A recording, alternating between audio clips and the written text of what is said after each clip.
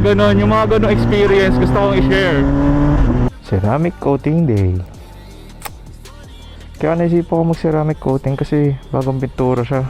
Kahit umuulan, every time na lang na lumalabas ako, uulan.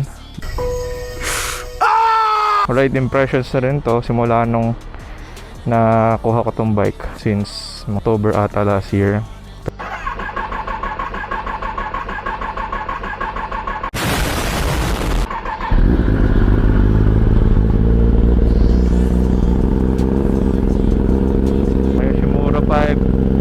Dito na tayo.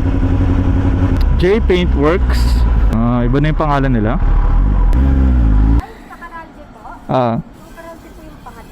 Ay sorry, iba pala to. Okay. Kaya pala iba pangalan.